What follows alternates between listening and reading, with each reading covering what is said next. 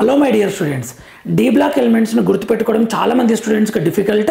అందుకే నేను 3D series, 4D series, 5D series, 6D సిరీస్కి ట్రిక్స్ ఇస్తున్నాను. Already 3D series, 4D series, 5D series tricks ఇచ్చాను షార్ట్లో. ఇప్పుడు 6D సిరీస్ ఎలిమెంట్స్. ఈ 6D సిరీస్ ఎలిమెంట్స్లో 10 ఎలిమెంట్స్ ఉంటాయి. అవి ఏంటంటే యాక్టీనియం, రుథర్ఫర్డియం, డబ్నియం, సీబోర్జియం, బోరియం, అస్సియం, మెట్నియం, థర్మస్టేషియం, రాంజియం, కాపర్నీషియం. ఈ ఎలిమెంట్స్ని ఎలా గుర్తుపెట్టుకోవాలి అని అంటే ఒక ఫన్నీ ట్రిక్స్ ఇస్తున్నాయి ఇక్కడ. యాక్టివ్గా ఉండే రుద్ర అనే పర్సన్ యాక్టివ్గా ఉంటాడు, చాలా యాక్టివ్గా ఉంటాడు. అతడు ఎస్బిహెచ్ మేనేజింగ్ డైరెక్టర్ అనమాట. ఎస్బిహెచ్ మేనేజింగ్ డైరెక్టర్ ఎండి అంటే. అయితే అంత యాక్టివ్గా ఉంటాడు కాబట్టి అతనికి ఆఫర్లు వస్తుంది. ఆఫర్ ఎక్కడి నుంచి వచ్చింది? కెనడా నుంచి వచ్చింది అనమాట.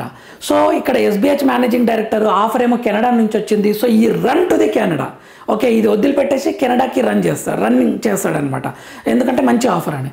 సో ఇక్కడ యాక్టివ్గా అంటే యాక్టీనియం, రుద్రాల రు అంటే రుథర్ఫర్డియం, డిఆర్ఏ అంటే డబ్నియం, ఎస్బిహెచ్ మేనేజింగ్ డైరెక్టర్ ఇది అంటే ఇది సీబోర్జియం, ఇది బోరియం, ఇది అస్సియం, ఎం అంటే ఇక్కడ మెట్నియం, డి అంటే థర్మస్టేషియం, ఎస్బిహెచ్ మేనేజింగ్ డైరెక్టర్.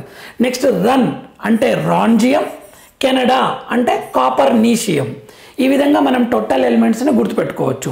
మీకు ఫుల్ వీడియో కావాలంటే కింద లింక్ ఉంటుంది. ఇక్కడ దీన్ని క్లిక్ చేస్తే మీకు టోటల్ పీరియాడిక్ టేబుల్ వస్తుంది.